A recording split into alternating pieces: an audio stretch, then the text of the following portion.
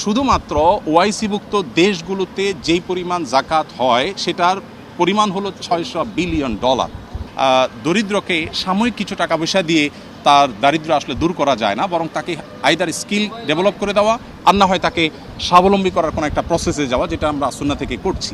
আল্লাহর কাছে প্রথমে শুকরিয়া আদায় করি। আল্লাহ এমন একটা বিষয়ে আমাদের মাননীয় প্রধানমন্ত্রীকে দিয়ে আজকে আলোচনার সুযোগ করে দিয়েছেন, যেটা আল্লাহ নিজে এটাকে ফরজ করে দিয়েছেন, সেটা হলো জাকাত।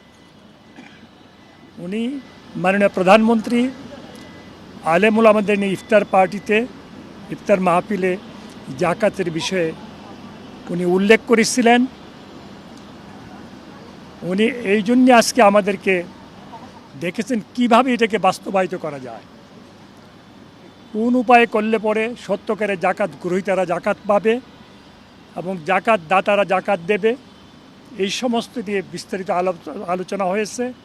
এবং আমি বিশ্বাস করি আল্লাহর রহমতে মাননীয় প্রধানমন্ত্রীর নেতৃত্বে এই জাকাতের ব্যবস্থাপনা অনেক উন্নতি হবে এবং ফলপ্রসূ হবে। আল্লাহর হুকুম অনুযায়ী জাকাত যেভাবে মানুষ দেয় সে ব্যবস্থা হবে। জাকাত কিভাবে আরও ইফেক্টিভলি বন্টন করা যায়, বাংলাদেশে জাকাত কালেকশনের যে অপার সম্ভাবনা আছে সেই করা যায় এবং আরও সফলভাবে জাকাত ব্যবস্থাপনা করা যায় সে বিষয়ে পরামর্শ এবং মতবিনিময়ের জন্য তিনি আমাকে ডেকেছেন এবং একান্ত মিটিংয়ের জন্য আহ্বান করেছেন।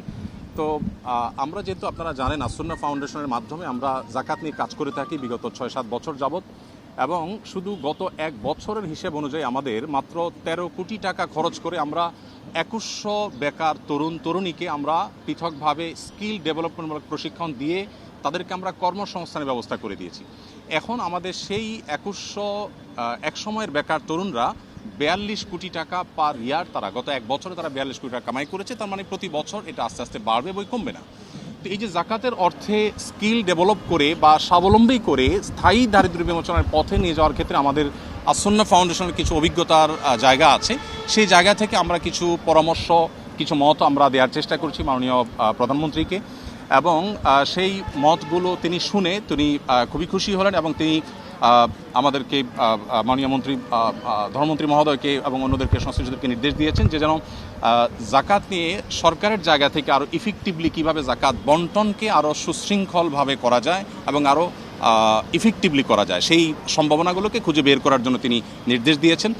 তো এখানে মন্ত্রী মহোদয় তাদের জায়গা থেকে তারা কাজ করবেন ইনশাআল্লাহ, এবং একটা কমিটি প্রস্তাবনা করেছেন। তিনি সেখানে আমাকেও থাকার জন্য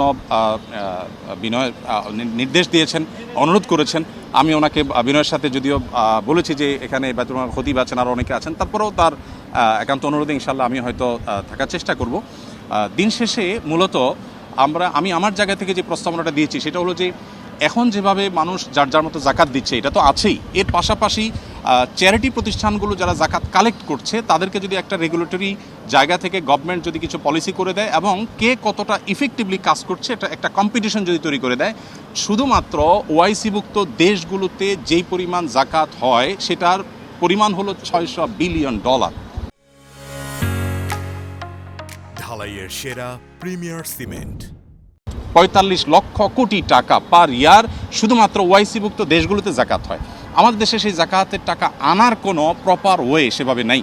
তো আমরা প্রস্তাবনা দিয়েছি যে যদি সেটাকে আনার ব্যবস্থা করা হয় তাহলে আমাদের জাতীয় অর্থনীতিতে এটা ব্যাপক ভূমিকা রাখবে ইনশাআল্লাহ, এবং সেই সাথে দরিদ্রকে সাময়িক কিছু টাকা পয়সা দিয়ে তার দারিদ্র আসলে দূর করা যায় না, বরং তাকে আইদার স্কিল ডেভেলপ করে দেওয়া আর না হয় তাকে স্বাবলম্বী করার কোনো একটা প্রসেসে যাওয়া, যেটা আমরা সুন্নাহ থেকে করছি।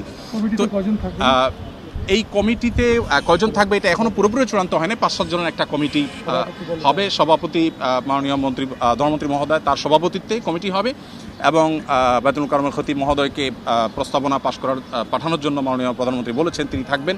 আর আমাকে যেহেতু তিনি অনুরোধ করেছেন আমি হয়তো থাকার চেষ্টা করব। সেই সাথে ইসলামী অর্থনীতি বিশেষজ্ঞ হিসাবে আমরা দেশ থেকে দেশের বাইরে থেকে 1-2 জনের নাম প্রস্তাব করেছি। তাদের সবাইকে নিয়ে হয়তো কমিটি গঠন হবে। কমিটি একটা সুপারিশ করবে, এবং এইটা কোনো গভর্নমেন্ট সবার কাছ থেকে জাকাত কালেক্ট করবে বাধ্যতামূলক গভর্নমেন্টকে দিতে হবে ব্যাপারটা সেরকম না। আমার প্রস্তাবনা ছিল যে জাকাত বিভিন্ন অর্গানাইজেশন নিচ্ছে, প্রতিষ্ঠান নিচ্ছে, শুধু রেগুলেটরি জায়গা থেকে গভর্নমেন্ট কাজ করবে, যেটা প্রপার ইউটিলাইজ হচ্ছে কিনা এবং যেন যথাযথ ব্যবহার হয় এবং কম্পিটিশন হয়, আরও ইফেক্টিভলি যেন ইউজ হয়, সেই জায়গা থেকে গভর্নমেন্ট কাজ করবে। ইনশাআল্লাহ সপ্তাহ 10 দিনের মধ্যে কমিটি হয়ে যাবে, যেহেতু মাননীয় প্রধানমন্ত্রী এটা অনুমোদন দিয়েছেন, আর কমিটি হওয়ার কোনো প্রশ্নই আসে না। আচ্ছা, এটা বাস্তবায়ন কবে থেকে হবে? এই বছর থেকে কি বাস্তবায়ন হবে এই জাকাতের যে সুষম বন্টনটা? এটা কমিটি আগে করবে কিভাবে করা যায়। 10 দিনে হলে তো এই বছর হবে না, ঈদের আর তো 10 দিন নেই। জাকাত রমজান কেন্দ্রিক, জাকাত রমজান সারা বছর দেয়া। সারা বছরই দেওয়া হবে।